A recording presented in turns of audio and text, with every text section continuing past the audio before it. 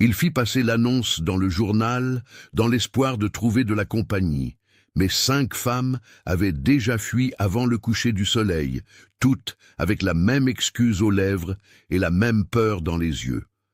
La 6e arriva par un après-midi de septembre, avec une valise élimée et aucune promesse de rester. Pouvez-vous imaginer la solitude d'un homme bon qui découvre que son foyer, bâti de ses propres mains, est perçu comme une prison par toutes celles qui le découvrent? Cela se passa dans les hautes terres du Massif central, en 1892, sur les plateaux du Cantal, là où le silence est si profond que le vent semble hurler. Jean Valadier avait 35 ans lorsqu'il décida qu'il ne supportait plus de dîner seul. Ce n'était pas un homme qui se plaignait de la vie, il ne l'avait jamais été. Mais ce matin-là de juin, en se réveillant pour la 1000e fois dans une maison vide, il sentit le poids de la solitude comme une pierre sur sa poitrine. La ferme était prospère. Il avait un bétail sain, des pâturages fertiles qui s'étendaient à perte de vue, une vaste maison en pierre de granit avec une large galerie et un toit d'ardoise solide. Il travaillait dur du lever du soleil jusqu'à la dernière lueur du jour. Le soir, il s'asseyait dans le fauteuil de la salle commune, mangeait ce qu'il avait préparé à la hâte et restait là à fixer le feu de l'âtre jusqu'à ce que le sommeil vienne. J'aimerais beaucoup que vous me disiez en commentaire depuis où vous regardez cette histoire. Je vous demande aussi, si vous appréciez, de laisser un j'aime et de vous abonner à la chaîne pour ne pas manquer les prochaines histoires émouvantes. Votre participation est très importante pour moi. La décision de chercher une épouse ne venait pas du romantisme, elle venait de la fatigue. Jean était veuf depuis 6 ans. Il avait aimé sa première femme, Marie, avec l'intensité silencieuse de ceux qui ne savent pas mettre des sentiments en mots. Elle était morte de fièvre lors de leur 3e hiver de mariage. Depuis lors, Jean s'était enfermé dans une routine qui était moitié travail, moitié anesthésie.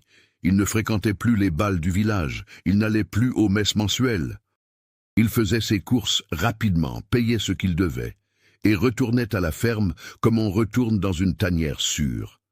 Les gens du village de Saint-Flour, à 4 heures de charrette de là, le trouvaient étrange. Ils disaient qu'il avait l'air sauvage, qu'il parlait trop peu, qu'il avait choisi de vivre au bout du monde par entêtement ou orgueil. Ce n'était pas vrai. Jean préférait simplement le silence des plateaux au bourdonnement constant des conversations d'autrui. Il préférait le meuglement du bétail au commérage interminable. Il préférait la compagnie de ses propres pensées au jugement déguisé en inquiétude. Mais la solitude, découvrit-il, était différente de la paix. Dans les premières années après la mort de Marie, il confondit l'une avec l'autre.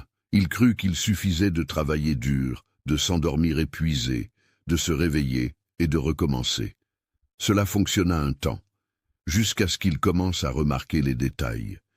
La table avec place pour 4 où il mangeait seul, le lit conjugal où il s'étalait pour ne pas sentir le vide, les après-midi de dimanche, trop longs, sans personne à qui parler. La sensation que les jours passaient, identiques, les uns après les autres, sans but au-delà de la survie. Ce fut le père Blaise, le colporteur qui apportait le courrier et les provisions chaque mois, qui planta l'idée. Un après-midi de mai, alors qu'il déchargeait des sacs de farine et de haricots, le vieil homme fit remarquer que Jean commençait à avoir une tête de fantôme. « Tu as besoin de compagnie, mon gars », dit-il en allumant sa pipe. « Une maison sans femme, c'est comme une église sans cloche. » Jean répondit que ce n'était pas si simple. Blaise haussa les épaules et rétorqua que le journal de la capitale régionale était plein d'annonces de gens cherchant à se marier. Des hommes cherchant des épouses, des femmes cherchant des maris, tout cela très civilisé et arrangé d'avance. Au début, Jean trouva l'idée absurde. Chercher une épouse par une annonce dans le journal semblait être un acte de désespéré. Mais dans les semaines suivantes, l'idée revenait sans cesse. Elle apparaissait pendant qu'il trayait les vaches seul à l'aube. Elle apparaissait pendant qu'il préparait du café pour lui seul. Elle apparaissait lors des longues nuits d'hiver, quand le froid rendait tout plus silencieux et la solitude plus lourde. Finalement, par un matin de chaleur inhabituelle, il s'assit à la table de la cuisine, prit papier et plume, et écrivit l'annonce d'une écriture appliquée. Homme de 35 ans, veuf, propriétaire de ferme, cherche épouse honnête et travailleuse, offre foyer confortable, subsistance garantie et respect. Les intéressés peuvent répondre à Jean Valadier, aux soins du village de Saint-Flour, Cantal. Il relut 3 fois avant de décider que c'était bon. Il mit la lettre dans l'enveloppe avec le paiement et l'envoya par l'intermédiaire de Blaise, qui promit de la remettre à la rédaction du journal dès qu'il arriverait à Clermont-Ferrand. Il fallut presque un mois pour que les premières réponses arrivent. Jean n'en attendait pas beaucoup. Après tout, c'était un homme simple. Il vivait loin, n'avait ni titre ni nom de famille important. Mais 5 lettres arrivèrent ce premier mois-là. 5 femmes différentes, avec des histoires différentes, disant toutes qu'elles avaient intérêt à le rencontrer. Jean ressentit quelque chose qu'il n'avait pas ressenti depuis des années, de l'espoir. La première fut Amélie, une femme de 32 ans de Lyon, veuve aussi, qui écrivit une lettre polie disant qu'elle cherchait un nouveau départ, loin de la grande ville. Jean répondit en expliquant l'emplacement de la ferme, la distance du village, la routine des champs. Il convint qu'elle vienne à une date précise et qu'il irait la chercher au village avec la charrette. Amélie arriva un matin d'août. C'était une femme à l'apparence soignée, robe sombre, chapeau avec ruban. Jean la reçut avec une nervosité polie, l'aida à descendre de la voiture, offrit du café. Il fit visiter la maison lentement, essayant qu'elle voie ce que lui voyait. Des chambres vastes avec de grandes fenêtres, une cuisine spacieuse avec un fourneau à bois neuf, un cellier plein, une galerie où le coucher du soleil était un spectacle quotidien. Amélie écoutait tout, regardait tout, posait des questions polies. Jean commençait à croire que peut-être, cette fois, la chance avait tourné, jusqu'à ce qu'elle demande à quelle distance se trouvait l'église la plus proche. Jean répondit qu'elle était au village, à 4 heures de route. Amélie fronça les sourcils, et les bals, les fêtes, les voisins. Jean expliqua qu'il n'y avait pas de voisins dans un rayon de plusieurs kilomètres, que la ferme était isolée par choix, une bonne terre mais lointaine. Le visage d'Amélie changea. Jean perçut l'instant exact où elle décida qu'elle ne resterait pas. La femme inventa une excuse polie sur le fait d'avoir laissé quelque chose d'important au village, sur le besoin de mieux réfléchir, sur le fait qu'elle n'était peut-être pas la personne adéquate pour ce genre de vie. Jean proposa qu'elle reste au moins pour déjeuner, se reposer du voyage. Amélie refusa avec une délicatesse ferme. Il la ramena au village ce même après-midi, dans un silence quasi complet. Quand elle descendit de la charrette, elle le remercia de sa gentillesse et disparut dans l'auberge sans regarder en arrière. La seconde fut Claire, 27 ans, fille d'un commerçant failli de Vichy. Elle arriva 3 semaines plus tard. Elle était plus jeune, plus enjouée qu'Amélie. Jean sentit un nouveau filet d'espoir. Claire fit l'éloge de la maison, dit qu'elle trouvait tout beau, qu'elle avait toujours rêvé de vivre à la campagne. Mais quand la nuit tomba et que le silence de la ferme s'installa, ce silence profond, sans bruit de calèche, sans voix de voisins, sans rien d'autre que le chant des grillons et le vent dans les arbres, Claire commença à s'inquiéter. Elle demanda si c'était toujours aussi calme. Jean répondit que oui, que c'était la routine. Claire dormit mal. Il le devina à ses pas dans la chambre d'amis durant la nuit. Le matin, elle dit qu'elle avait reçu des nouvelles urgentes de chez elle et devait rentrer. Jean n'insista pas. Il savait reconnaître un mensonge poli. La 3e, la 4e et la 5e suivirent le même schéma. Elles venaient pleines d'attente ou de nécessité.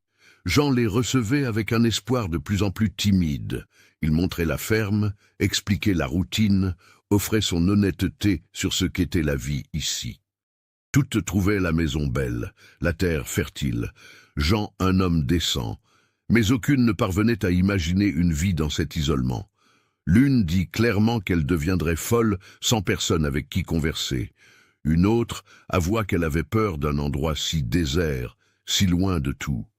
La 5e n'attendit même pas la fin de la journée. Elle prétexta un mal de tête et demanda à rentrer avant le déjeuner. Jean arrêta de répondre aux annonces après le 5e rejet. Il eut honte de lui-même, de la ferme, de la vie qu'il avait bâtie. Il commença à croire que le problème, c'était lui. Peut-être était-il trop sauvage, trop taiseux, trop étrange comme on le disait au village. Peut-être que Marie était restée avec lui par pitié ou parce qu'elle ne connaissait rien de mieux. Peut-être était-il destiné à mourir seul dans ses champs, enterré sans personne pour le pleurer. Les semaines passèrent, lourdes. Septembre arriva avec des vents froids qui annonçaient l'hiver. Jean retourna à sa routine de toujours, mais portait désormais la défaite sur ses épaules. Il ne parla à personne des 5 femmes qui étaient parties. Le père Blaise s'en aperçut, car le vieux remarquait tout, mais eut la délicatesse de ne rien dire. Il apportait simplement les provisions, fumait sa pipe, et s'en allait sans poser de questions. Ce fut par un après-midi de septembre, le 23, que Jean vit la carriole monter le chemin de terre. Il n'attendait pas de visite. Le père Blaise ne reviendrait qu'au début d'octobre. Il pensa que c'était peut-être quelqu'un du village avec un message ou un colis. Mais quand la carriole s'arrêta devant la maison, une femme qu'il n'avait jamais vue auparavant en descendit.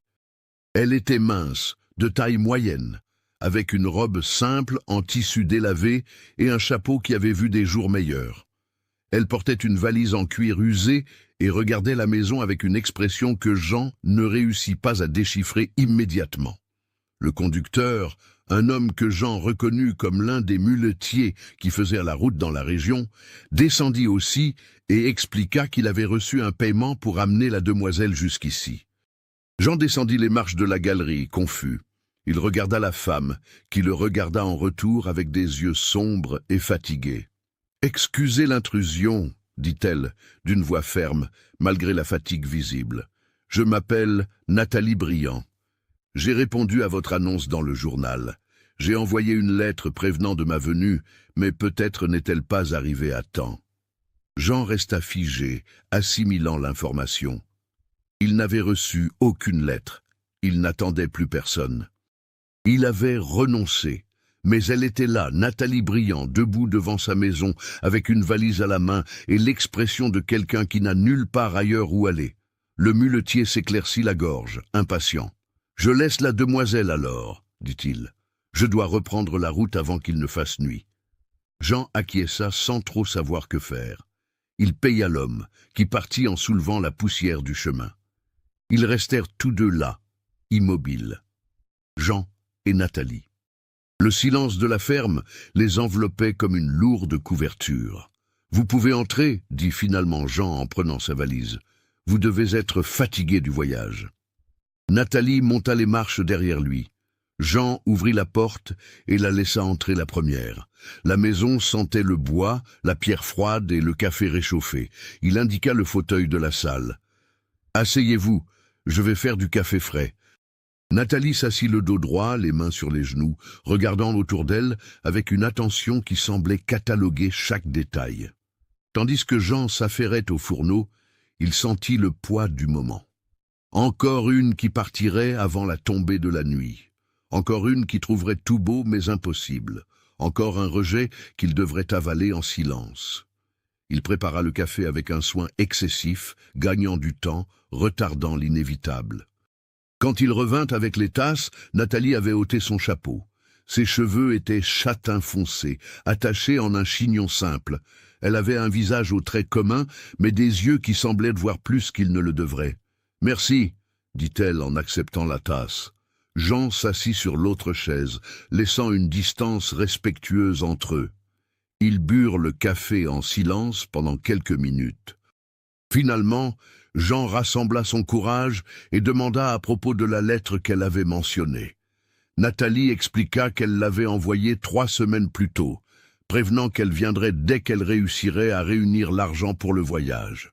« Je suis institutrice, dit-elle, ou je l'étais. L'école où je travaillais a fermé il y a 2 mois. J'ai perdu mon emploi et la pension où je logeais. J'ai vu votre annonce dans le journal que quelqu'un avait laissé à l'église. Cela m'a semblé raisonnable. » Raisonnable. Jean faillit sourire à ce mot. Rien de tout cela n'était raisonnable. Une femme voyageant seule pour rencontrer un homme inconnu au milieu de nulle part sur la base d'une annonce de journal. Mais il ne dit rien de tout cela. Au lieu de ça, il commença à expliquer ce qu'il avait expliqué aux 5 autres. La ferme était isolée, très isolée. Le village le plus proche était à 4 heures de route. Il n'y avait pas de voisins. Pas d'église proche, ni de commerce, ni de fête, ni de bal. Il n'y avait personne d'autre que lui et le silence. Nathalie écouta tout sans interrompre. Quand il eut terminé, elle posa une question différente des autres. « La maison a-t-elle une bonne structure ?» Jean confirma que oui. « Y a-t-il suffisamment de nourriture ?» Oui, le cellier était toujours plein. « Le travail est-il très lourd ?» Jean expliqua qu'il s'occupait du bétail et des champs, que la maison nécessitait les soins normaux de n'importe quel foyer. Nathalie acquiesça, pensive. « Alors je ne vois pas de problème, » dit-elle avec une simplicité qui le déconcerta. Jean la regarda, essayant de comprendre si c'était du désespoir ou du courage. Les autres aussi avaient dit qu'elles ne voyaient pas de problème au début. Le problème venait quand la nuit tombait et que le silence devenait trop bruyant. Quand le lendemain matin se levait identique à la veille, quand la solitude du lieu devenait trop réelle, il décida d'être plus direct. « Écoutez, Nathalie, j'ai déjà eu 5 femmes ici avant vous. Toutes sont parties le même jour. Elles disaient que c'était beau, mais qu'elles ne parvenaient pas à imaginer une vie ici, que c'était trop loin, trop calme, trop isolé. Je ne serai pas offensé si vous voulez faire de même. » Nathalie posa la tasse vide sur la table avec précaution. Elle regarda Jean avec une expression sereine. « Puis-je voir le reste de la maison ?» Jean acquiesça et se leva. Il montra tout lentement. Les 3 chambres, toutes avec des lits en bois massif et de bons matelas de laine. La cuisine vaste avec le cellier organisé. La galerie arrière qui donnait sur les pâturages où paissaient les bêtes. La petite grange où il gardait les outils. Le puits à l'eau claire. Le potager qu'il entretenait avec difficulté. Nathalie observait tout avec une attention différente. Ce n'était ni de l'enchantement, ni de l'horreur. C'était une évaluation pratique. Elle passait la main sur les murs de pierre, testait la solidité des portes, regardait par les fenêtres. Quand ils revinrent dans la salle commune, le soleil était déjà bas sur l'horizon. Jean attendit. Il savait que venait le moment où elle inventerait une excuse pour partir. Mais Nathalie n'inventa aucune excuse. Au lieu de cela, elle demanda dans quelle chambre elle logerait. La question prit Jean au dépourvu. « Comment ça ?» Nathalie répéta avec patience. « Dans quelle chambre vais-je dormir ?» Jean pointa la chambre d'Amy, la même où les autres étaient restés durant les quelques heures qu'elles avaient passées ici. Nathalie acquiesça. « Puis-je y déposer mes affaires alors ?» Jean balbutia que oui, prit sa valise et l'emmena jusqu'à la chambre.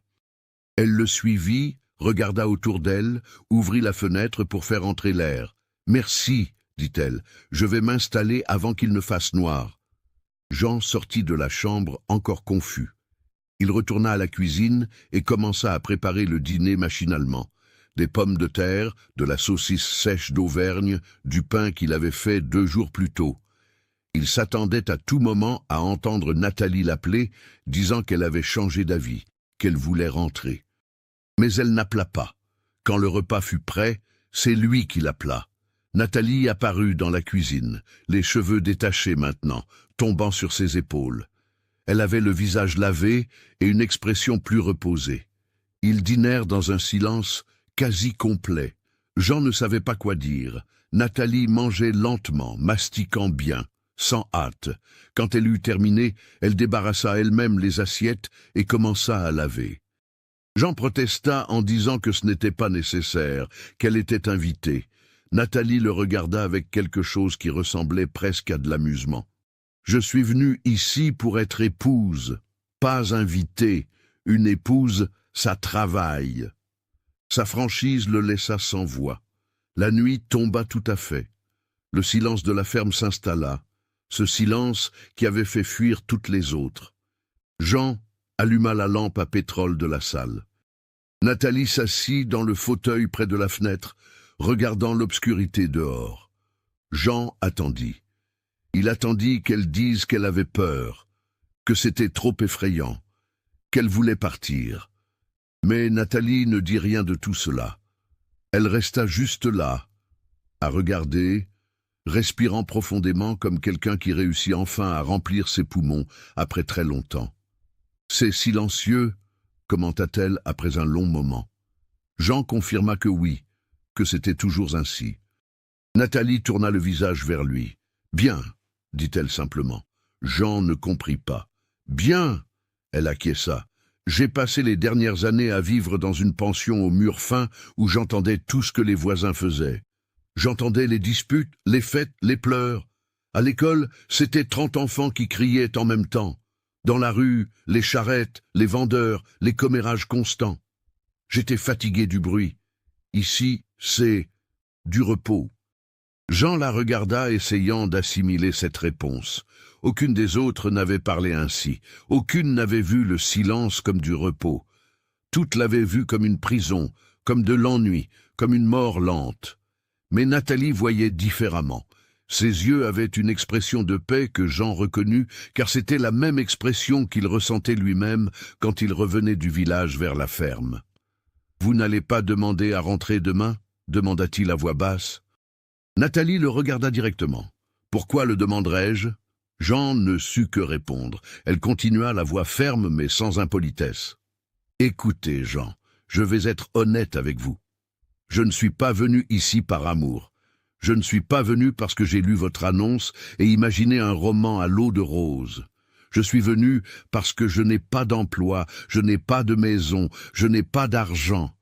Je suis venu parce que j'ai besoin d'un endroit où rester. Mais maintenant que je suis là, je vois que vous non plus, vous ne cherchez pas le grand amour. Vous cherchez de la compagnie, de l'aide, quelqu'un qui partage cette vie. Cela me semble un accord juste. Je reste, je travaille, j'aide. Vous fournissez le toit et la subsistance. Nous sommes adultes, nous pouvons faire fonctionner cela sans avoir besoin de feindre des choses qui n'existent pas. » Son honnêteté brutale fut comme une gifle et un soulagement à la fois. Jean avait passé tant de temps à essayer d'impressionner les autres, à essayer de faire paraître la ferme meilleure qu'elle n'était, à essayer d'être plus charmant qu'il ne le pouvait. Et voilà que Nathalie était là, disant exactement ce qu'elle pensait, sans fioriture, sans mensonge. C'était étrange, c'était inconfortable, c'était aussi rafraîchissant. « C'est d'accord, » dit-il finalement, « nous pouvons essayer. » Nathalie acquiesça satisfaite. « Alors allons dormir. Demain, je commence à apprendre la routine de la maison. » Elle se leva, souhaita bonne nuit et alla dans sa chambre. Jean resta assis dans la salle longtemps après cela, regardant le feu dans l'âtre, essayant de comprendre ce qui venait de se passer. Pour la première fois en 5 tentatives, une femme avait passé la première nuit à la ferme.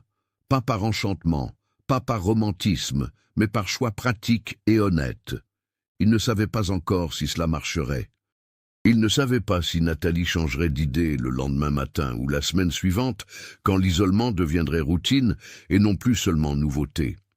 Il ne savait pas s'ils réussiraient à cohabiter, 2 étrangers essayant de construire une vie commune, sans amour pour fondation. Mais pour la première fois depuis longtemps, Jean ressentit quelque chose au-delà de la résignation. Il ressentit de la curiosité. Curiosité sur qui était cette femme, aux yeux fatigués et à l'honnêteté tranchante. Curiosité sur ce qui se passerait les jours suivants.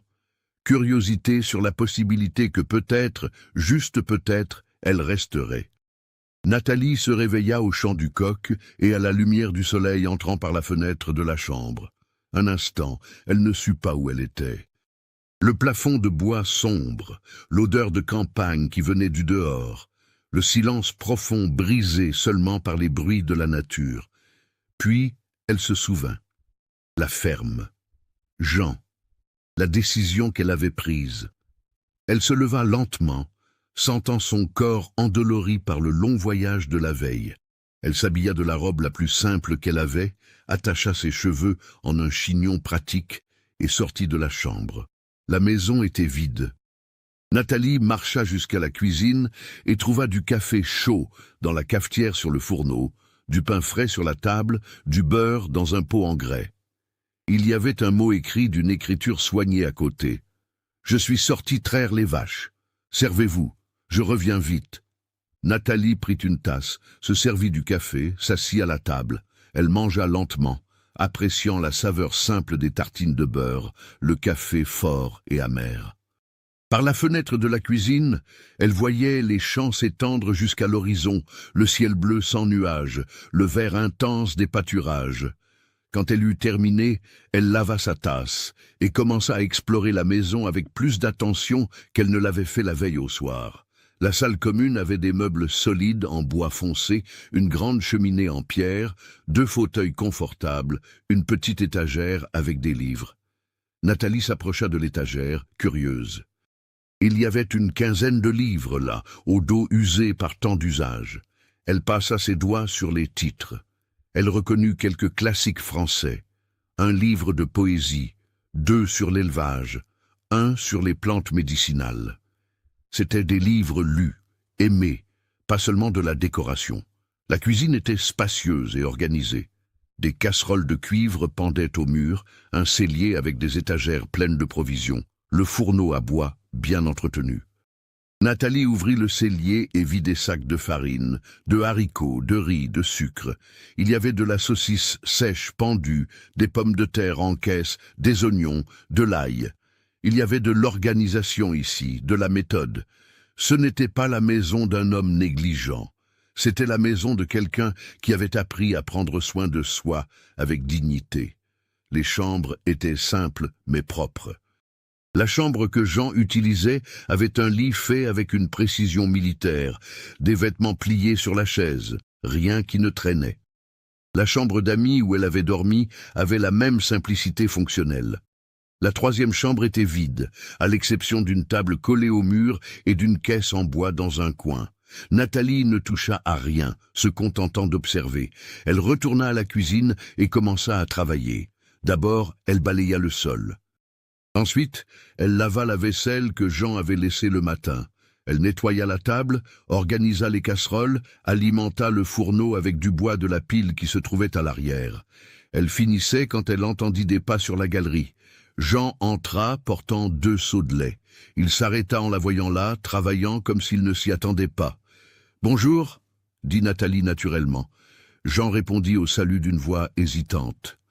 Il posa les seaux sur le plan de travail et regarda autour de lui, remarquant la cuisine plus propre, la maison plus rangée. « Vous n'aviez pas besoin... » commença-t-il. Nathalie l'interrompit avec une fermeté polie. « Nous avons convenu hier. Je ne suis pas une invitée, je suis une épouse. Une épouse, ça travaille. » Jean n'eut pas de réponse à cela. Il acquiesça simplement et commença à filtrer le lait en utilisant un linge propre et un récipient en terre cuite. Nathalie l'observa travailler. Jean avait de grandes mains calleuses, mais des gestes soigneux. Il filtrait le lait avec attention, sans hâte, s'assurant qu'il était propre. Quand il eut fini, il sépara une cruche pour la consommation et mit le reste dans de plus grands récipients pour faire du fromage plus tard. Nathalie demanda s'il faisait son propre fromage. Jean confirma que oui, qu'il avait appris par nécessité quand sa première femme était morte. Ce n'était pas aussi bon que celui que Marie faisait, admit-il, mais c'était mangeable. La mention de l'épouse décédée laissa un bref silence entre eux. Nathalie ne posa pas de questions. Elle respecta la limite invisible qu'elle sentait. Au lieu de cela, elle demanda ce qui devait encore être fait. Jean expliqua qu'il s'occupait du bétail, des clôtures, des champs. La maison, le potager, la nourriture avaient été sa responsabilité aussi ces dernières années. Si elle pouvait prendre en charge ces choses-là, cela aiderait déjà beaucoup. Nathalie accepta. Ils convinrent de la routine. Ils se levaient avant l'aube, traillaient les vaches, s'occupaient des animaux. Elle s'occupait de la maison, préparait les repas, maintenait tout organisé. Les premiers jours suivirent ce modèle. Jean sortait tôt, revenait pour le petit déjeuner que Nathalie préparait, travaillait au champ jusqu'au déjeuner, revenait en fin d'après-midi. Ils dînaient ensemble dans un silence poli, chacun respectant l'espace de l'autre. Ce n'était pas inconfortable, mais ce n'était pas intime non plus. C'étaient deux étrangers partageant un toit et une routine, mesurant encore les frontières, découvrant encore comment cohabiter. Nathalie imprima peu à peu sa marque sur la maison. Elle réorganisa le cellier de manière plus efficace. Elle raccommoda des rideaux qui étaient déchirés. Elle planta de nouvelles herbes aromatiques dans le potager, basilic, persil, ciboulette. Elle commença à cuisiner des repas plus élaborés que ceux que Jean se faisait pour lui-même. Il mangeait en silence, mais elle remarquait qu'il se resservait, qu'il mangeait lentement en savourant. Si vous aimez cette histoire, laissez un j'aime et abonnez-vous à la chaîne pour suivre la fin. Ce fut la 5e nuit que se produisit le premier changement réel. Après le dîner, Jean ne se retira pas immédiatement comme il le faisait toujours. Il resta assis à table pendant que Nathalie lavait la vaisselle. Il hésita comme s'il voulait dire quelque chose mais ne savait pas comment. Finalement, il demanda si elle savait lire. Nathalie le regarda, surprise. « Je sais, oui. J'étais institutrice, vous vous souvenez ?» Jean devint rouge, réalisant qu'il avait posé une question évidente. « C'est que... il y a des livres sur l'étagère là-bas. Si vous voulez lire, faites comme chez vous. » Nathalie s'essuya les mains et alla jusqu'à l'étagère. Elle passa les doigts sur les livres à nouveau, cette fois avec permission. Elle en choisit un de poésie et revint dans la salle. Jean avait allumé l'âtre, le feu crépitait doucement. Elle s'assit sur l'un des fauteuils, ouvrit le livre. Jean resta sur l'autre chaise, regardant simplement le feu. Le silence entre eux avait maintenant une texture différente. Ce n'était pas de la gêne. C'était une compagnie tranquille. Après quelques minutes, Nathalie commença à lire à haute voix sans l'avoir prévu. Les mots sortirent naturellement. Une poésie sur la campagne et la solitude qui semblait appropriée pour ce moment. Jean tourna le visage vers elle, surpris. Elle continua de lire, la voix claire et cadencée, des années de salle de classe rendant la lecture presque musicale. Quand elle termina le poème, Jean demanda qu'elle en lise un autre. Nathalie lut, et un autre. Et encore un autre. Ils restèrent là jusqu'à tard, elle lisant, lui écoutant, le feu craquant, la nuit froide au dehors. Quand ils allèrent finalement dormir, Jean la remercia. « Ça faisait longtemps que je n'avais pas entendu de poésie, » dit-il à voix basse. C'était bon. Nathalie sourit, le premier sourire sincère qu'il voyait sur elle depuis son arrivée. « Je peux lire à nouveau demain, si vous voulez. » Jean acquiesça, quelque chose ressemblant à de la gratitude dans ses yeux sombres. « Je veux bien, oui. » Cela devint un rituel. Tous les soirs, après le dîner et le nettoyage, ils s'asseyaient dans la salle commune. Parfois Nathalie lisait, parfois ils ne faisaient que discuter. Jean commença à parler davantage, à raconter la ferme, le bétail, les saisons. Nathalie racontait ses années d'école, les élèves, les villes où elle avait vécu. Ce n'étaient pas encore des conversations profondes, mais c'était un pont qui se construisait, brique par brique. Une semaine après l'arrivée de Nathalie, la première tempête survint. Elle arriva dans l'après-midi, soudaine et violente comme le sont souvent les orages de printemps. Le ciel s'assombrit en quelques minutes, le vent se mit à hurler, le tonnerre explosa. Jean était dans les champs quand ça commença. Nathalie le vit courir vers la maison, trempé, tirant le cheval par la bride. Elle avait déjà préparé une serviette, avait mis de l'eau à chauffer. Quand il entra, elle lui tendit la serviette sans rien dire. Jean se sécha, changea de vêtements, revint à la cuisine tremblant de froid. Nathalie avait préparé un thé chaud avec du miel. Il but, reconnaissant. L'orage dehors redoublait, la pluie battant les fenêtres comme si elle voulait entrer de force. Nathalie tira les rideaux, alluma plus de lampes, maintint le fourneau allumé. La maison devint chaude et illuminée tandis que dehors, le monde semblait finir. « Ça va durer 3 jours comme ça ?» dit Jean en regardant par la fenêtre. « Quand l'orage vient de cette façon, il dure. » Nathalie ne parut pas inquiète. « Nous avons de la nourriture ? » ?»« Nous en avons. »« Du bois ? » ?»« Suffisamment. Alors nous serons bien. » Jean la regarda avec une admiration grandissante. Les autres avaient paniqué pour beaucoup moins. Claire avait été terrifiée par une pluie faible, mais Nathalie voyait la tempête comme un inconvénient, pas comme une tragédie. Pendant les 3 jours suivants, ils restèrent isolés dans la maison. La pluie ne s'arrêtait pas, le vent abattit des branches. Le chemin devint un bourbier infranchissable. Jean ne pouvait sortir que pour traire les vaches. Il dut attendre de brefs intervalles entre les averses pour faire le nécessaire en courant. Le reste du temps, il restait à l'intérieur. Ce fut durant ces 3 jours qu'ils commencèrent vraiment à se connaître. Sans travail extérieur pour occuper Jean, sans routine rigide à suivre, ils ne restèrent que d'eux et le temps. Ils discutèrent plus durant ces 3 jours que durant toute la semaine précédente. Jean raconta avoir grandi dans cette région, avoir travaillé depuis l'enfance pour aider son père, avoir acheté cette terre avec de l'argent gagné à la sueur de son front, avoir construit la maison pierre par pierre, avoir rencontré Marie à une fête de village et s'être marié à 24 ans, avoir eu 3 années heureuses avant qu'elle ne meure. Sa voix tremblait en parlant de sa femme morte. Nathalie ne l'interrompit pas, n'offrit pas de platitude vide. Elle écouta simplement, avec une attention respectueuse. Quand il eut fini, ils restèrent en silence un long moment.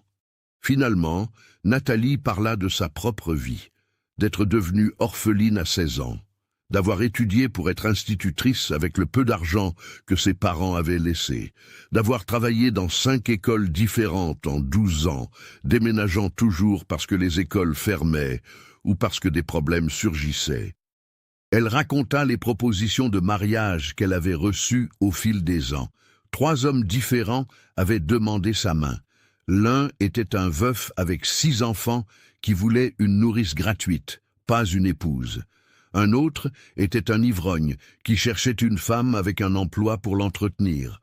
Le 3e était gentil mais voulait qu'elle arrête de travailler, qu'elle reste à la maison, qu'elle soit une épouse décorative. Nathalie avait refusé les 3. Elle préférait la solitude à un mauvais mariage. Elle préférait la liberté à une sécurité qui coûtait sa dignité. « C'est pour ça que les gens me disaient orgueilleuse », dit-elle d'une voix sans apitoiement. Ils disaient que je me croyais supérieure, que j'allais mourir seule et vieille. Peut-être avaient-ils raison, mais je ne parvenais pas à me forcer à accepter des miettes quand je voyais d'autres femmes avec de vrais mariages.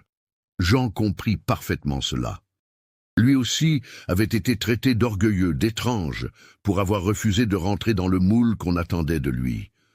Au 3e jour de tempête, la pluie cessa enfin.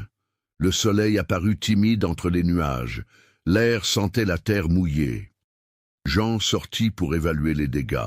La clôture était tombée en 2 endroits. Un grand arbre avait été abattu près de la grange.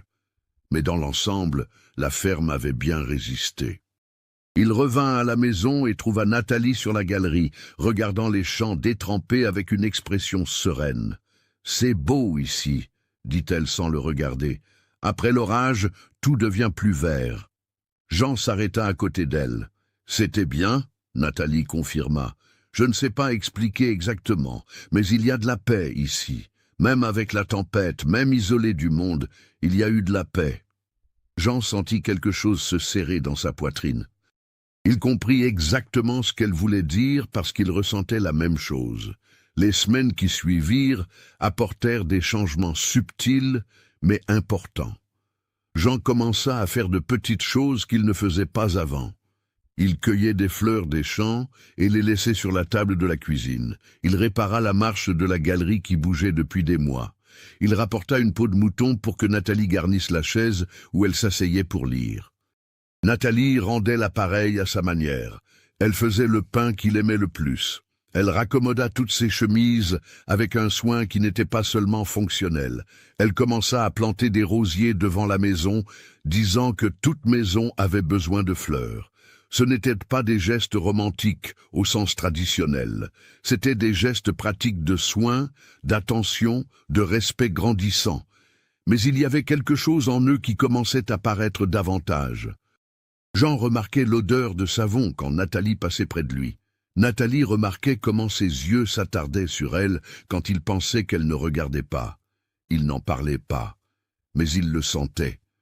1 mois après l'arrivée de Nathalie, le père Blaise apparut avec les provisions mensuelles. Le vieux colporteur descendit de sa charrette et s'arrêta, surpris de voir Nathalie sur la galerie. Oh pas, dit-il en allumant sa pipe. Celle-ci est restée alors? Jean confirma avec quelque chose ressemblant à de la fierté dans la voix. Elle est restée. Blaise étudia Nathalie avec les yeux expérimentés de qui en a beaucoup vu. Elle soutint le regard sans gêne. Le vieux sourit, finalement. Tant mieux pour vous, dit-il. Une maison sans compagnie, c'est trop triste. Blaise apporta des nouvelles du village. Un tel s'était marié, un autre avait eu des problèmes avec la récolte, un troisième était malade. Il apporta aussi une lettre. Jean prit l'enveloppe, vit le nom de l'expéditeur et la remit à Nathalie. C'est pour vous. Nathalie ouvrit la lettre et lut en silence. Son visage changea au fil de la lecture, quelque chose entre la surprise et l'irritation passant dans ses yeux. Quand elle eut fini, elle plia le papier lentement. « Un problème ?» demanda Jean. Nathalie soupira. « C'est de mon frère. Quelqu'un lui a parlé du mariage. Il est mécontent. Il dit que je vais regretter, que je me suis jeté dans une erreur par désespoir, qu'il est encore temps de revenir, qu'il peut me trouver un emploi dans une autre ville si je veux. » Jean sentit quelque chose couler dans son estomac. « Et vous voulez retourner ?» Nathalie le regarda un long moment. Jean la vit considérer la question avec le sérieux qu'elle méritait. Il la vit regarder autour d'elle, la maison, les champs, la vie qu'ils avaient de commencer à construire ici. Finalement, elle répondit « Non, je ne veux pas retourner. Ici, c'est bien. » Jean ressentit un soulagement si intense qu'il faillit le renverser. Blaise fut témoin de l'échange avec une sagesse silencieuse. En partant, il glissa à Jean qu'il avait de la chance d'avoir trouvé une femme qui voyait la valeur des choses justes. Jean acquiesça complètement. Il avait de la chance, oui, plus de chance qu'il ne méritait. Mais la lettre du frère planta une graine d'inquiétude chez Jean. Et si Nathalie changeait d'avis, et si, avec le temps, elle commençait à ressentir le manque de la vie d'avant, et si l'isolement qui semblait maintenant libérateur devenait éventuellement une prison? Il avait vu les 5 autres changer d'avis en quelques heures. Qui garantissait que Nathalie ne changerait pas en quelques mois? Nathalie perçut le changement en lui. Jean devint plus taiseux les jours suivants, plus distant. Elle comprit la peur sans qu'il ait besoin de parler. Un soir, après le dîner, elle le confronta directement. « Vous êtes inquiet que je m'en aille ?» dit-elle. Ce n'était pas une question. Jean ne nia pas.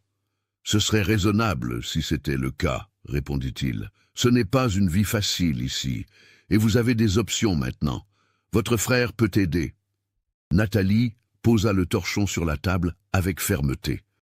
Elle regarda Jean avec une intensité qui lui fit arrêter de laver la vaisselle. « Écoutez-moi bien, Jean Valadier. Quand je suis venu ici, je suis venu parce que je n'avais pas le choix. C'est vrai, mais je suis resté parce que je le voulais.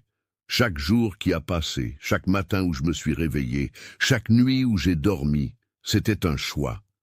Je ne suis pas prisonnière ici. Je suis une femme libre qui a décidé de rester.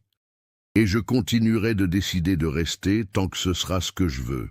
Compris ? » Sa véhémence brisa quelque chose en Jean.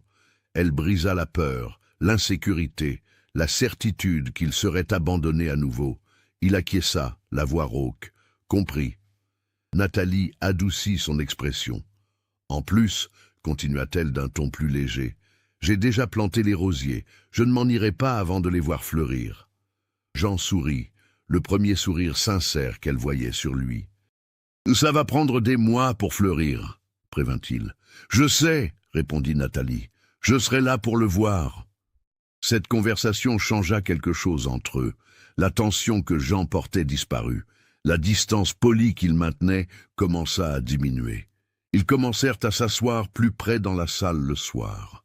Ils commencèrent à échanger des regards qui s'attardaient une seconde de trop. Ils commencèrent à sourire plus, à rire de petites choses, à créer des plaisanteries internes que seuls eux deux comprenaient. Un après-midi, Jean revint des champs plus tôt que d'habitude. Il trouva Nathalie sur la galerie, en train de coudre. Elle avait découvert une boîte avec de vieux tissus dans la chambre vide et faisait de nouveaux rideaux pour la salle. Le soleil de l'après-midi illuminait ses cheveux, qui étaient détachés et tombaient dans son dos. Jean s'arrêta et regarda vraiment pour la première fois, sans se sentir coupable de cela. Nathalie était belle. Pas de façon évidente, pas de la façon qui attire l'attention dans une fête. Elle était belle de la façon dont l'eau fraîche est belle après une journée chaude, de la façon dont le silence est beau après beaucoup de bruit. Une beauté calme, solide, réelle. Elle leva les yeux et le surprit en train de regarder. Ils restèrent ainsi un moment suspendus, l'air entre eux chargé de quelque chose de nouveau. « Besoin d'aide ?» demanda Jean d'une voix étrange même pour lui. Nathalie sourit doucement.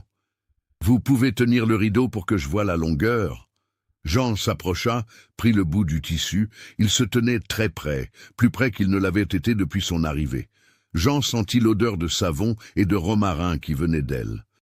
Nathalie sentit la chaleur qui émanait de lui, une odeur de soleil et de travail honnête. « C'est bon comme ça ?» demanda-t-elle, la voix plus basse que nécessaire. Jean déglutit. « C'est bon. » Nathalie soutint son regard une seconde de plus avant de retourner au travail. Mais le sourire qui jouait au coin de ses lèvres disait qu'elle savait exactement ce qui s'était passé à ce moment-là. Ce soir-là, après la lecture, après les conversations, quand ils allèrent dormir, Jean arrêta Nathalie avant qu'elle n'entre dans sa chambre. « Nathalie, » commença-t-il, hésitant. Elle attendit. « Je suis content que vous soyez restée. Très content. » Nathalie inclina la tête, étudiant son visage. « Je suis contente aussi, Jean. » Ils restèrent là, immobiles dans le couloir sombre, voulant en dire plus, sans savoir comment. Finalement, Nathalie fit quelque chose d'inattendu. Elle tendit la main et toucha son bras, un toucher léger et rapide, mais qui brûla à travers le tissu de la chemise. « Bonne nuit, » dit-elle. « Bonne nuit, » répondit-il, la voix rauque. Elle entra dans sa chambre, ferma la porte.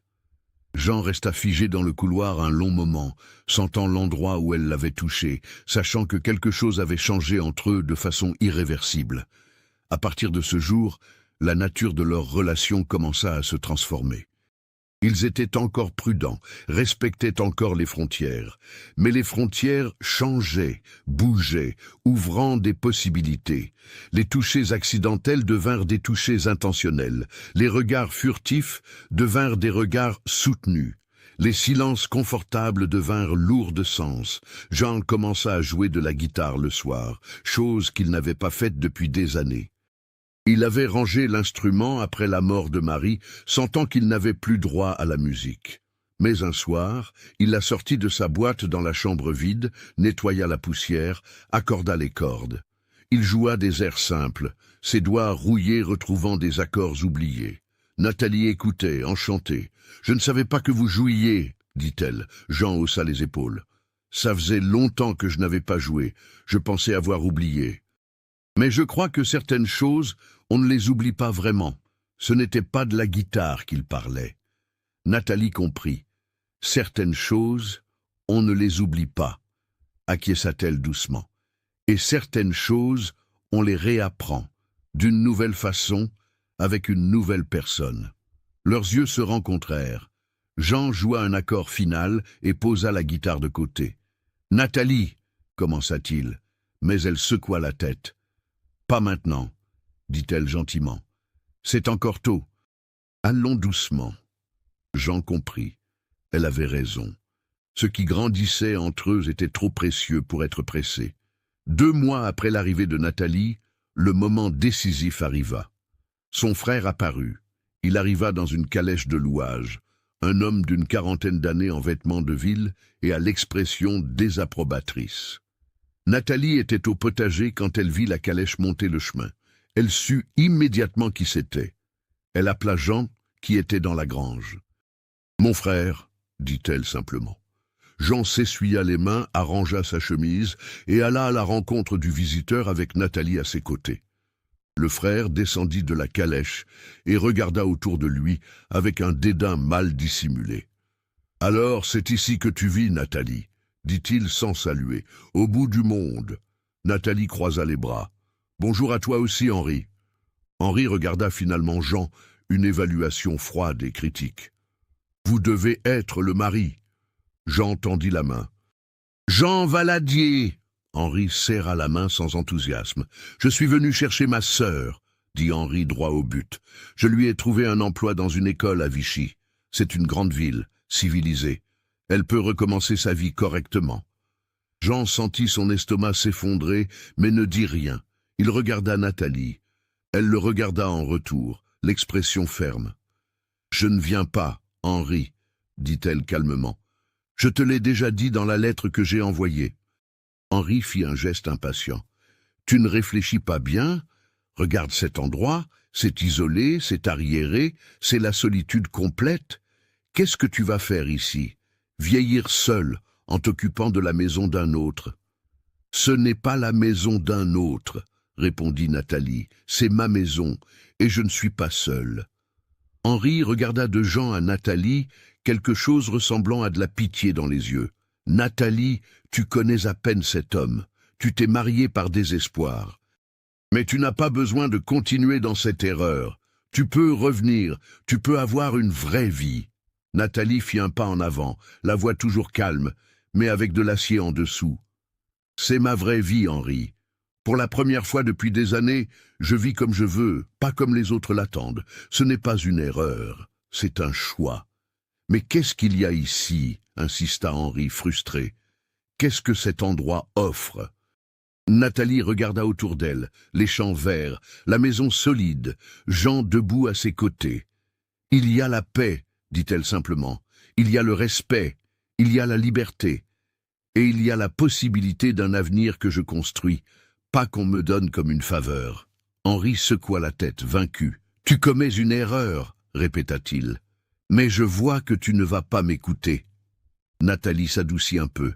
« Je sais que tu t'inquiètes. Mais je vais bien, Henri. Mieux que je ne l'ai été depuis longtemps. Fais-moi confiance. » Henri soupira profondément. Il regarda Jean avec une expression d'avertissement. « J'espère que vous saurez prendre soin d'elle. Si vous ne savez pas, vous aurez affaire à moi. » Jean soutint son regard sans vaciller. « Je prendrai soin d'elle sur ma vie, » promit-il. « Et elle prend soin de moi de la même façon. C'est un partenariat, pas une possession. » Henri resta encore un peu, refusa l'invitation à déjeuner et partit finalement avec une désapprobation encore évidente, mais aussi de la résignation. Quand la calèche disparut sur le chemin, Nathalie relâcha l'air qu'elle retenait. Jean lui toucha l'épaule gentiment. « Ça va ?» Nathalie se tourna vers lui, les yeux brillants d'une émotion qu'il ne parvint pas à identifier complètement. « Ça va ?» dit-elle. « Pour la première fois depuis longtemps, je suis exactement là où je veux être. » Et alors, elle fit quelque chose qu'aucun des deux n'attendait. Elle fit un pas en avant et étreignit Jean. Ce fut une étreinte simple, mais intense. Jean resta paralysé une seconde avant de répondre, ses bras l'enveloppant avec soin, comme s'il s'agissait d'une chose précieuse qui pouvait se briser.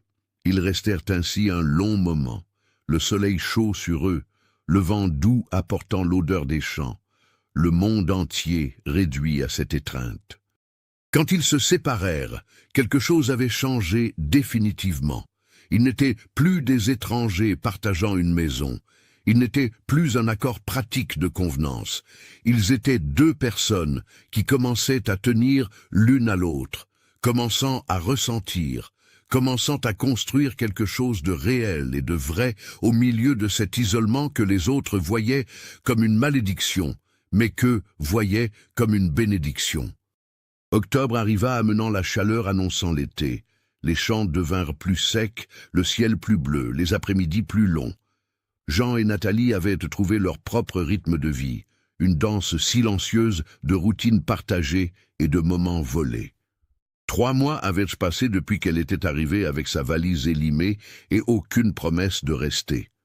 Maintenant, l'idée de partir semblait aussi lointaine que le village lui-même. Les rosiers que Nathalie avait plantés commençaient à bourgeonner. Ils n'avaient pas encore de fleurs, seulement des feuilles vertes et des tiges fines, mais c'était une promesse de beauté à venir. Elle s'en occupait tous les matins, les arrosant avec l'eau du puits, arrachant les mauvaises herbes qui osaient pousser à proximité. Jean observait de loin, souriant de son dévouement. Un matin, il apparut avec des tuteurs en bois qu'il avait fabriqués pour soutenir les rosiers quand ils grandiraient. Nathalie le regarda avec surprise et gratitude. « Merci, » dit-elle en touchant l'un des tuteurs. « Ils sont très beaux. » Jean haussa les épaules, essayant de cacher le plaisir qu'il ressentait au compliment. « Je ne peux pas laisser vos roses tomber, » justifia-t-il. La cohabitation entre eux avait gagné des couches qui n'existaient pas au début. Ils connaissaient les habitudes l'un de l'autre. Nathalie savait que Jean se réveillait toujours avant l'aube, qu'il aimait le café très fort, qu'il avait l'habitude de rester sur la galerie à regarder le coucher du soleil avant de rentrer dîner. Jean savait que Nathalie fredonnait doucement pendant qu'elle cuisinait, qu'elle attachait ses cheveux différemment selon le travail qu'elle allait faire, qu'elle avait une façon spéciale de froncer les sourcils quand elle était concentrée sur sa couture.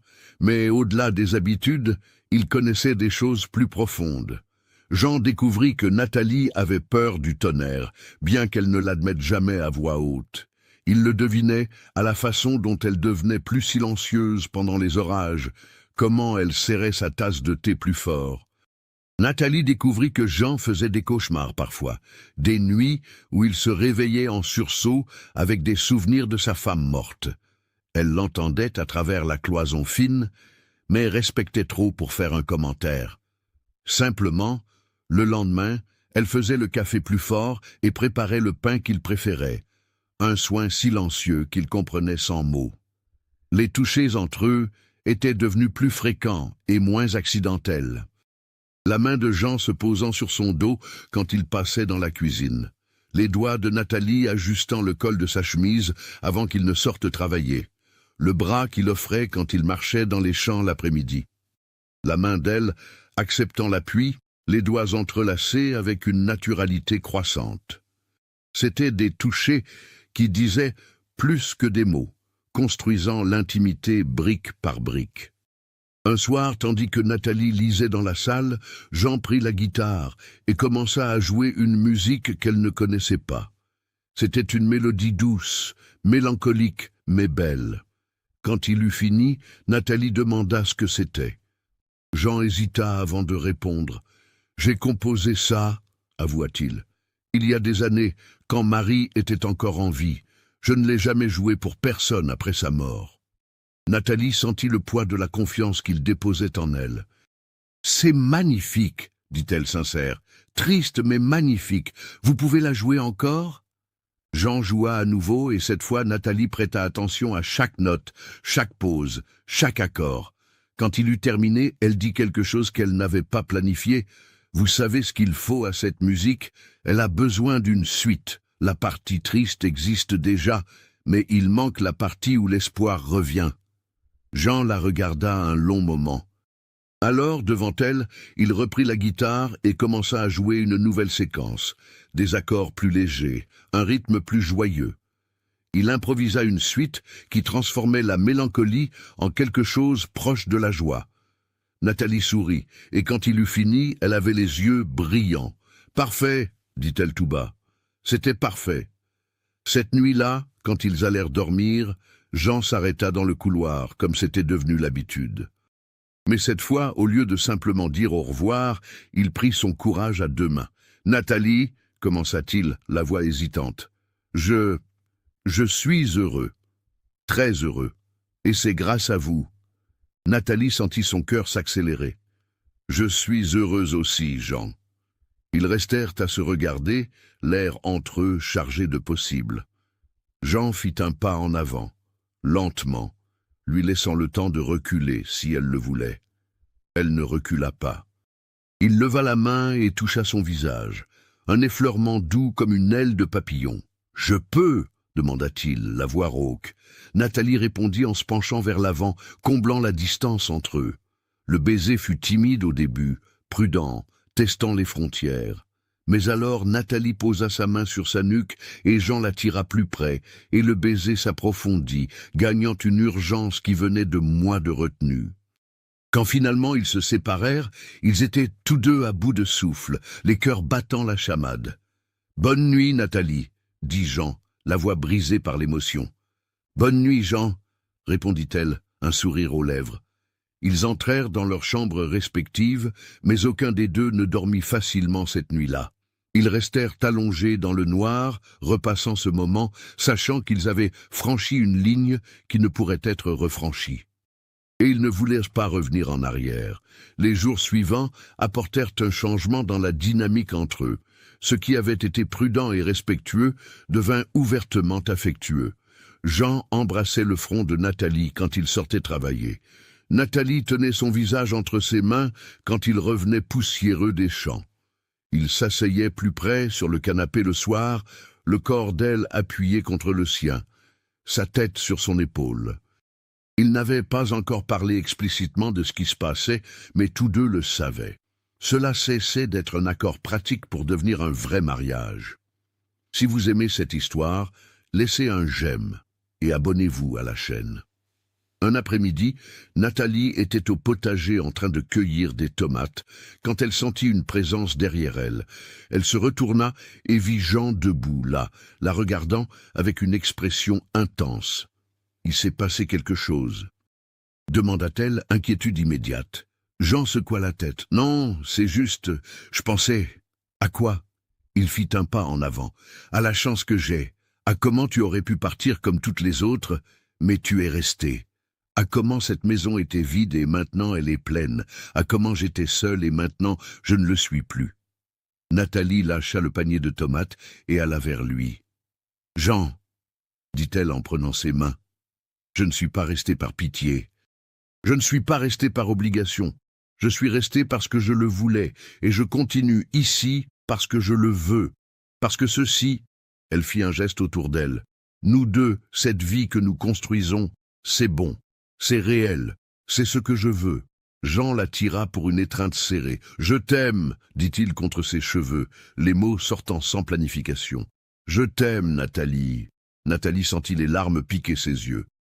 Il avait fallu tant de temps pour que quelqu'un lui dise ça vraiment. Il ne le disait pas par convenance, il ne le disait pas par intérêt. Il le disait parce qu'il le ressentait.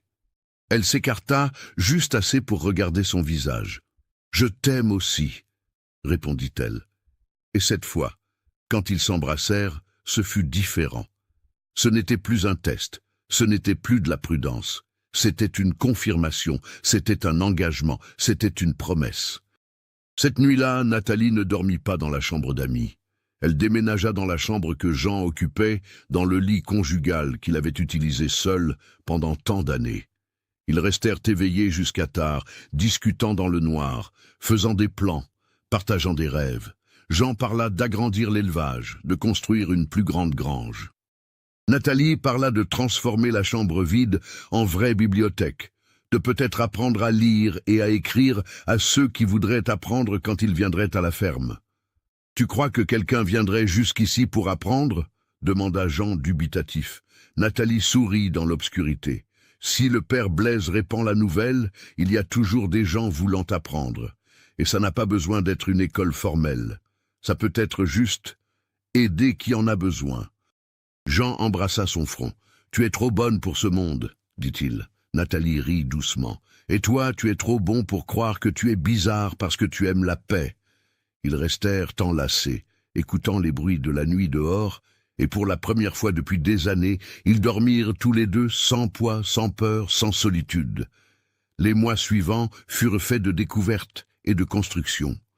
Ils découvrirent ce que c'était de se réveiller enlacés, ce que c'était de commencer la journée par un baiser et de la finir par un autre. Ils découvrirent le plaisir de travailler côte à côte, lui dans les champs, elle à la maison, mais toujours conscient de la présence de l'autre. Ils découvrirent que l'amour n'était pas seulement un grand geste romantique, mais c'était aussi un café fait de la bonne façon, une chemise raccommodée avec soin, un mot d'encouragement un jour difficile, un silence confortable qui n'avait pas besoin d'être rempli. Le père Blaise remarqua le changement quand il revint en novembre. Il descendit de sa charrette et vit Jean et Nathalie travaillant ensemble à la réparation de la clôture, riant de quelque chose que l'un avait dit. Le vieux colporteur sourit autour de sa pipe. « Vous deux avez l'air heureux, » commenta-t-il. « Nous le sommes, » répondit Nathalie sans hésitation. « Très heureux. » Blaise regarda Jean. Et toi, mon gars, toujours ta tête de fantôme. Jean sourit, un sourire large et sincère que le vieux n'avait pas vu depuis des années. Non, la maison a de la vie maintenant. L'été arriva fort, apportant une chaleur intense et un travail doublé. Mais même la chaleur ne diminuait pas leur entrain. Jean se levait tôt et travaillait dur, mais maintenant il rentrait à la maison avec impatience, non avec résignation. Nathalie s'occupait de la maison, du potager, des rosiers qui commençaient enfin à fleurir, de petits boutons rouges promettant la beauté. Un matin, elle appela Jean pour voir la première rose ouverte. Il arrêta le travail et vint en courant. Ils restèrent tous deux accroupis à regarder la fleur parfaite, rouge intense contre le vert des feuilles. « Tu as dit que tu ne partirais qu'après les avoir vus fleurir » rappela Jean d'une voix trop décontractée. Nathalie le regarda avec amusement dans les yeux. « Je l'ai dit, c'est vrai, alors ?» Elle se pencha et l'embrassa rapidement. « Je crois que je vais devoir rester pour voir la deuxième, la troisième, toutes les autres. » Jean la tira pour une étreinte. « Mieux vaut que tu restes pour toujours alors, parce que je vais planter des roses pour le restant de ma vie s'il le faut. » Nathalie rit, un son qui était devenu la bande-son de la ferme. « Ce ne sera pas nécessaire, » dit-elle. « J'ai déjà décidé, je reste pour toujours. » Janvier apporta des orages fréquents, mais aucun aussi violent que le premier. Même ainsi, chaque forte pluie était une excuse pour rester à l'intérieur, lisant, discutant, étant simplement ensemble. Jean avait repris l'habitude de sculpter le bois le soir. Il faisait de petites figurines que Nathalie collectionnait avec tendresse. Un oiseau, un cheval, une fleur. Un soir, il lui remit une figurine différente. C'était un couple enlacé, deux formes qui se fondaient en une seule. « C'est nous !» expliqua-t-il timide. Nathalie tint la sculpture avec soin, les yeux humides. « Elle est parfaite !» chuchota-t-elle. « Je la garderai pour toujours. » Février fut un mois de décisions pratiques. Ils allèrent ensemble au village. Un long voyage, mais nécessaire. Ils avaient besoin d'enregistrer le mariage officiellement. Besoin de prévenir que Nathalie habitait à la ferme de façon permanente. Le village entier fut curieux. Les gens les regardaient avec un mélange de surprise et de spéculation. Jean, l'ermite étrange, avait réussi à trouver une épouse qui restait. Nathalie, l'institutrice orgueilleuse, avait accepté de vivre au bout du monde. Ils rencontrèrent Madame Françoise, la femme qui gérait la pension où les autres candidates avaient logé. La vieille dame regarda Nathalie de haut en bas. « Alors c'est vous, celle qui est restée, » dit-elle. « Toutes les autres ont dit qu'il était impossible de vivre là-bas. » Nathalie serra la main de Jean avec fermeté. Les autres cherchaient quelque chose de différent. Moi, j'ai trouvé exactement ce dont j'avais besoin. Madame Françoise étudia les deux, notant les mains entrelacées, la façon dont ils se regardaient. Finalement, elle sourit. Parfois, ce que tout le monde rejette est exactement ce dont la bonne personne a besoin. Beaucoup de bonheur à vous deux. Ils retournèrent à la ferme en fin d'après-midi, fatigués mais satisfaits. Ils avaient réglé tout ce qu'ils devaient régler. Maintenant, ils étaient officiellement mariés aux yeux de la loi, pas seulement par un accord privé. Quand ils arrivèrent, Jean aida Nathalie à descendre de la charrette et l'attira pour un long baiser. « Bienvenue à la maison, Madame Valadier », dit-il quand ils se séparèrent. Nathalie sourit. « Il fait bon être chez soi, Monsieur Valadier. » Mars apporta une petite crise. Nathalie reçut une autre lettre de son frère, cette fois plus amicale. Henri écrivait disant qu'il avait accepté son choix, mais demandait qu'elle vienne visiter au moins une fois par an, qu'elle ne disparaisse pas complètement de la vie de la famille. Nathalie montra la lettre à Jean, inquiète de sa réaction. Jean lut en silence, puis la rendit. « Tu devrais y aller, » dit-il. « C'est ton frère. La famille ne te manque pas ?» Nathalie hésita. « Si, » admit-elle, « mais j'ai peur d'y aller et que tu penses que je ne vais pas revenir. » Jean prit son visage entre ses mains. « Nathalie, je te fais confiance, complètement. Tu as déjà prouvé que tu restes parce que tu le veux, pas parce que tu y es obligé. Va voir ton frère, apaise le manque, et ensuite reviens. Je serai là à t'attendre. » Sa confiance l'émut profondément. Ils convinrent qu'elle irait en avril, resterait une semaine et reviendrait. Quand l'heure du voyage arriva, Jean l'emmena jusqu'au village et attendit que la diligence parte. Nathalie fit ses adieux avec un long baiser et une promesse ferme. « 1 semaine, je reviens dans 1 semaine. » Jean fit signe jusqu'à ce qu'elle disparaisse sur la route, puis retourna à la ferme seul. La maison semblait étrangement vide sans elle. Il travailla doublement pour ne pas penser à l'absence, mais le soir, la solitude revenait. Ce n'était pas la même solitude d'avant, quand elle était permanente et lourde. C'était le manque, ce qui était différent, mais qui faisait mal quand même. Nathalie revint exactement comme promis, 7 jours plus tard. Jean la vit descendre de la diligence et sentit un soulagement si grand que ses jambes faillirent flancher. Elle courut vers lui et se jeta dans ses bras. « Tu m'as tellement manqué !» dit-elle contre sa poitrine. Jean l'étreignit avec force. « Toi aussi. Comment c'était ?» Nathalie raconta la visite. Comment le frère avait été plus réceptif cette fois. Comment la famille avait finalement accepté sa décision. « Mais je leur ai aussi raconté, dit-elle en souriant, que chaque jour, loin d'ici, a été difficile. Que j'ai compté les jours pour revenir, que mon foyer n'est plus la ville, c'est ici, avec toi. » Avril et mai passèrent dans un rythme tranquille de bonheur quotidien. Ils faisaient des projets pour l'avenir. Jean parla d'apprendre à Nathalie à mieux monter à cheval, pour qu'elle puisse venir avec lui quand il aurait besoin de vérifier le bétail dans les pâturages lointains. Nathalie parla de faire un plus grand potager, peut-être d'élever des poules. Ils discutèrent de la possibilité de construire une galerie plus grande, avec un toit étendu pour pouvoir s'asseoir dehors, même quand il pleuvait. Juin apporta le froid de l'hiver. Les nuits devinrent longues et glaciales, parfaites pour rester enroulées sous d'épaisses couvertures, l'âtre allumé, discutant de tout et de rien. Une nuit, Nathalie posa une question qui la taraudait. « Jean, tu penses encore à elle? À Marie ?» Jean ne se mit pas sur la défensive. « J'y pense, » admit-il. « Parfois, mais pas de la façon dont j'y pensais avant.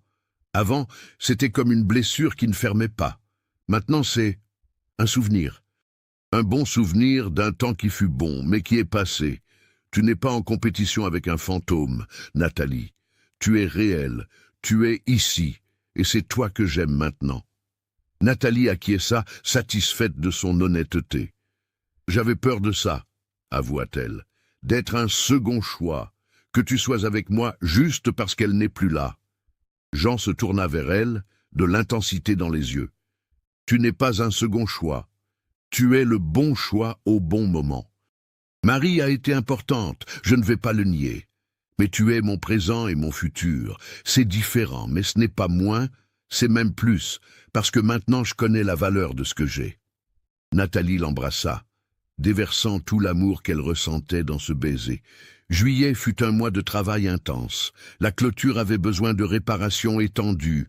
Une partie du toit de la grange devait être remplacée. Jean travaillait du lever au coucher du soleil. Nathalie l'aidait quand elle pouvait, mais maintenait aussi la maison en état de marche, la nourriture préparée, tout organisé. Ils étaient une vraie équipe, chacun faisant sa part, confiant en l'autre.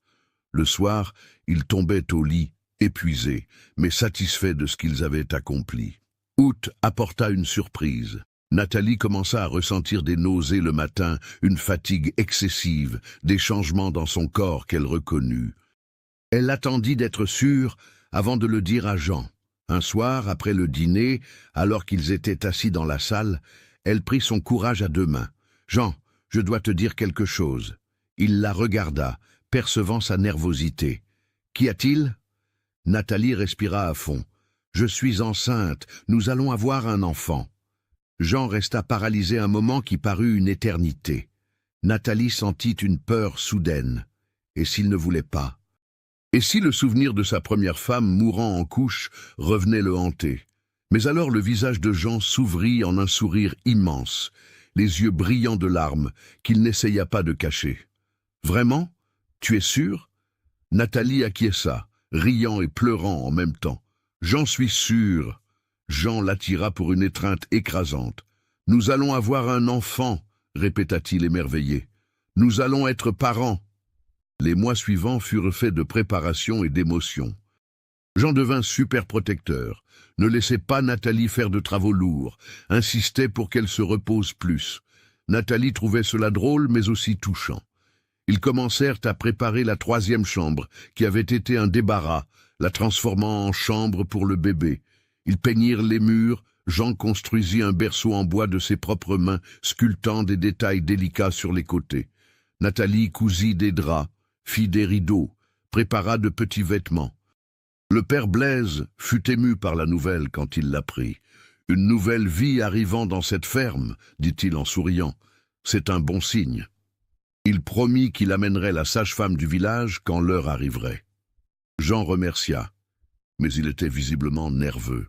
Nathalie s'en aperçut. Une nuit, elle prit sa main et la posa sur son ventre où le bébé bougeait déjà. « Tu sens ?»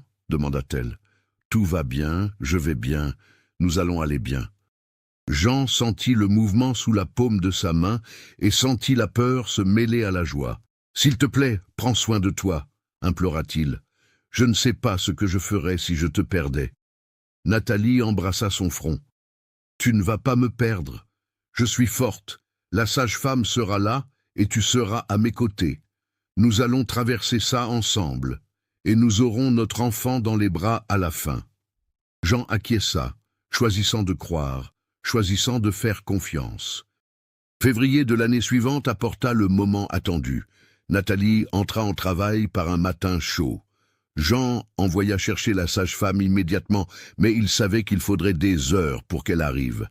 Il resta aux côtés de Nathalie, lui tenant la main, essuyant la sueur de son front, priant silencieusement pour que tout se passe bien.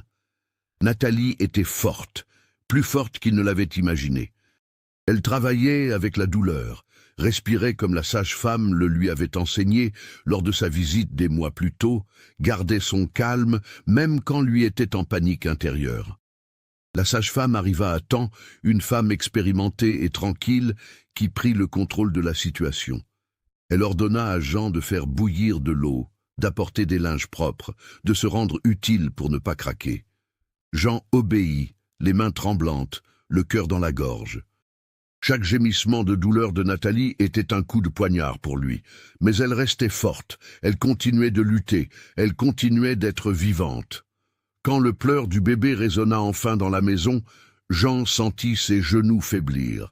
La sage-femme apparut en souriant. « C'est une fille, » annonça-t-elle, « et la mère va bien, les deux vont bien. » Jean entra dans la chambre, les jambes flageolantes. Nathalie était allongée, fatiguée mais radieuse, tenant un petit paquet dans les bras. Elle le regarda avec un sourire épuisé mais heureux. « Viens rencontrer ta fille, » dit-elle. Jean s'approcha doucement, regarda le petit visage rouge et plissé du bébé et sentit un amour si intense que cela en fit mal. Il tint sa fille avec une précaution révérencieuse, émerveillé par ce petit être qu'ils avaient créé. Nathalie observait avec des yeux pleins de larmes heureuses. « Nous sommes une famille !» dit-elle tout bas, « une vraie famille. » Jean acquiesça, incapable de parler, la gorge serrée par l'émotion. Les mois suivants furent faits d'adaptation et de découverte. Ils apprirent à s'occuper du bébé, à comprendre les différents types de pleurs, à survivre avec peu de sommeil. Mais même dans les moments les plus difficiles, quand ils étaient épuisés et confus, ils se regardaient et souriaient. Ils avaient construit ça ensemble. Ils avaient créé une vie, un foyer, une famille, dans l'endroit que tous disaient impossible. 2 ans passèrent en un clin d'œil. La ferme prospéra. Jean agrandit l'élevage, comme il l'avait prévu. Nathalie transforma la chambre vide en petite bibliothèque et commença à apprendre à lire aux enfants des ouvriers agricoles qui venaient le samedi. La maison était toujours pleine de vie maintenant. Rire, musique, conversation, bruit d'enfants jouant. Par un après-midi d'octobre, Jean et Nathalie étaient assis sur la galerie agrandie qu'ils avaient construite, observant les champs dorés par le soleil. La petite jouait près d'eux, occupée avec une poupée de chiffon que Nathalie avait faite. Le père Blaise avait visité le matin et commenté qu'au village tout le monde parlait d'eux, de la façon dont ils avaient prouvé que le véritable amour pouvait fleurir n'importe où, même dans l'endroit le plus isolé. Jean prit la main de Nathalie et entrelaça leurs doigts. « Tu regrettes, demanda-t-il, d'être resté, de tout ça ?» Nathalie regarda autour d'elle. La maison qui était devenue un foyer, les champs qu'elle connaissait maintenant aussi bien que n'importe quel livre, le mari qu'elle aimait, la fille qui jouait heureuse. Elle regarda les rosiers fleurissant le long de la galerie, rouges et exubérants, souvenirs vivants de son arrivée ici, avec rien d'autre qu'un fragile espoir. « Pas une seule seconde, répondit-elle finalement.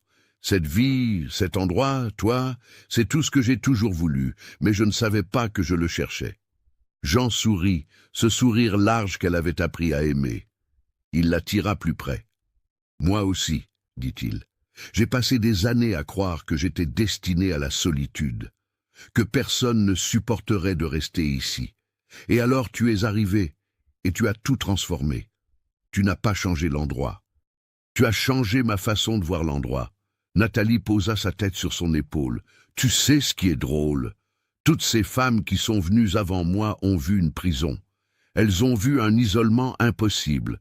Mais moi, j'ai vu la liberté, j'ai vu la paix, j'ai vu la possibilité. » Jean embrassa le sommet de sa tête. « C'est pour ça que tu es resté, parce que tu voyais avec des yeux différents, parce que tu étais la bonne personne, pas juste n'importe qui. » Le soleil commença à se coucher, peignant le ciel de tons orange et roses. La brise douce apporta l'odeur des champs et des fleurs. La petite courut vers eux, demandant les bras, et Jean la souleva, la mettant sur ses genoux, tandis que Nathalie se blottissait à côté. Ils restèrent ainsi, tous les trois, regardant le jour finir, reconnaissant pour la vie qu'ils avaient bâtie ensemble. Au village, les gens continueraient de parler du fermier étrange qui vivait au bout du monde, et de l'institutrice orgueilleuse qui avait accepté d'y vivre. Ils diraient que c'était de la chance, que c'était le destin, que c'était un miracle. Mais Jean et Nathalie savaient la vérité. Ce n'était pas de la chance, c'était un choix. Le choix quotidien de rester, d'aimer, de construire quelque chose de réel au milieu de l'isolement que les autres craignaient. Les 5 femmes qui étaient venues avant Nathalie avaient vu la ferme telle qu'elle était. Nathalie avait vu ce qu'elle pourrait être. Elle avait vu non seulement l'endroit, mais l'homme, non seulement l'isolement, mais la paix, non seulement la solitude, mais la possibilité d'une compagnie véritable. Et dans cette vision différente, dans ce choix courageux de rester quand il serait plus facile de partir, elle avait trouvé tout ce dont elle avait besoin. Des années plus tard, quand des visiteurs occasionnels demandaient comment elle supportait de vivre si loin de tout, Nathalie souriait toujours et donnait la même réponse. Ce n'est pas loin de tout. C'est loin de ce qui n'importe pas et près de ce qui importe. Et cela fait toute la différence. Jean, entendant cela, prenait toujours sa main et la serrait 3 fois. Un code silencieux qu'ils avaient développé, signifiant « Je t'aime ». La ferme continua de prospérer. La bibliothèque grandit, les roses se multiplièrent, la famille resta unie, et dans le silence des champs, dans l'isolement qui avait éloigné tant d'autres, Jean et Nathalie trouvèrent non seulement l'amour, mais un foyer, pas parce que l'endroit avait changé, mais parce qu'ils avaient enfin trouvé quelqu'un qui voyait le même endroit et n'y voyait pas une limitation, mais une liberté. Pas la fin du monde, mais le commencement de tout. Et ainsi, dans la ferme que personne ne voulait, dans l'isolement que tous craignaient, 2 âmes solitaires bâtirent la vie la plus complète qu'elles pouvaient imaginer. Ils prouvèrent que parfois, l'endroit que tout le monde rejette est exactement l'endroit où la bonne personne fleurit, où l'amour véritable grandit, où les histoires impossibles deviennent réalité. Le soleil finit de se coucher. Les étoiles commencèrent à apparaître dans le ciel sombre. La nuit apporta son silence profond, ce silence qui avait fait fuir 5 femmes avant Nathalie. Mais pour elles, pour eux, ce silence n'était pas vide. Il était plein, plein de paix, d'amour, de contentement. C'était la bande-son parfaite pour la vie qu'ils avaient choisie, ensemble, dans la ferme isolée qui était devenue le foyer le plus complet qu'ils auraient pu désirer.